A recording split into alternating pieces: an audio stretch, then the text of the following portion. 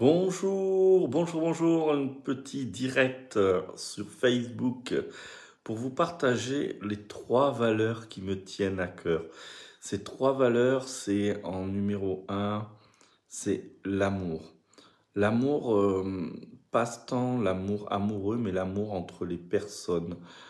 Je, je me rappelle quand je vivais en Côte d'Ivoire, que j'avais la chance de pouvoir avoir une vie extrêmement agréable, mais en côtoyant aussi des personnes comme des lépreux, des personnes qui vivaient dans les poubelles, puisque les poubelles, c'était des tas qui étaient vidés à même le sol, et les personnes vivaient à l'intérieur des tas. Euh, quand je voyais toutes ces inégalités, ça me touchait enfant et je, c'est pas que je m'étais juré, mais il y avait dans mon cœur, puis-je réussir à contribuer pour que ces choses cessent? Bon, j'avoue qu'à 45 ans, je sais pas si je vais réussir quoi que ce soit. Quoi qu'il en soit, c'est que ça a développé cette nécessité de l'amour. L'amour qui va avec le respect, qui va avec la paix, la sérénité et qui va avec la simplicité. Ce sont ces trois valeurs, paix, amour, simplicité, et même une quatrième, le respect, qui sont des valeurs extrêmement importantes pour moi. Quand il m'a été donné l'occasion de transmettre, et ça a commencé super tôt, puisqu'à 21 ans, je formais des futurs animateurs au BAFA, j'avais ce souci qu'il n'y ait pas cette idée de hiérarchie, celui qui impose son savoir et celui qui ne peut que écouter et doit acquiescer à tout ce qui est dit. Et j'ai étudié pendant longtemps comment partager, transmettre de la façon la plus humaine possible. Comment être réceptif, recevoir eh bien, ce que les autres ont à nous transmettre, nous offrir de la façon la plus pleine possible.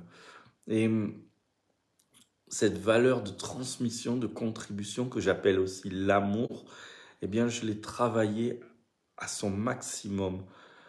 Et quand j'ai commencé à développer mon activité d'énergéticien spirituel, j'ai voulu amener ces connaissances, ces recherches dans comment partager, surtout dans le spirituel. Soyons clairs, on a une tendance à penser que c'est l'ultime vérité, que celui qui sait, c'est genre un Dieu vivant ou un truc comme ça. Mais comment pouvoir transmettre des choses puissantes, fortes, peut-être même impressionnantes, tout en inspirant l'humilité, la possibilité que nous sommes égaux, qui sous-entend que si on est égaux, ça veut dire que si moi j'y arrive, toi t'y arrives. Comment avoir cette posture tout en donnant assez confiance pour que la personne, elle s'aperçoive que ce que je transmets est fort, efficace. Avoir à la fois cette attitude où on n'est pas pris pour un super truc et en même temps qu'on inspire confiance pour que on puisse sentir que ce qui est partagé va vraiment nous propulser dans notre humanité. C'est ce qui est le plus important, c'est ce à quoi j'ai le plus à cœur dans tous mes partages. Laisser cette humanité transpirer et même mieux, la laisser se développer. Et donc, je, c'est le, c'est vraiment ma touch, ma signature en fait, on pourrait dire. Transmettre et partager des choses, mais en même temps, on le fait ensemble. On est ensemble. On a la sensation que chacun est donneur et receveur et on reçoit des choses puissantes. Et ça, j'ai réussi à le mettre en place au plus proche que jamais j'avais réussi jusque-là dans les week-ends du triomphe de l'amour. Grâce à ce protocole de la roue Adianahata, des moments de questions-réponses sur ce qui s'est vraiment passé, dans les moments de danse où je danse avec les autres, dans tous ces moments où on fait les choses ensemble, où je ne me mets pas sur un piédestal ni sur le côté, mais on est bien ensemble. Et ça, on peut le vivre ensemble le 5 et 6 novembre, en Belgique. Et je ne vais pas te raconter ce qu'il y a dans tout le week-end parce que à la suite de ce direct, je vais mettre le lien de présentation du week-end. Je voulais juste te partager ce qui faisait la spécificité de ce week-end. C'est la spécificité de ce que j'entretiens dans mon cœur, ce qui est ma valeur la plus forte, c'est que chaque être humain puisse à nouveau ressentir pleinement qu'il est puissant, qu'il est extraordinaire, qu'il est capable.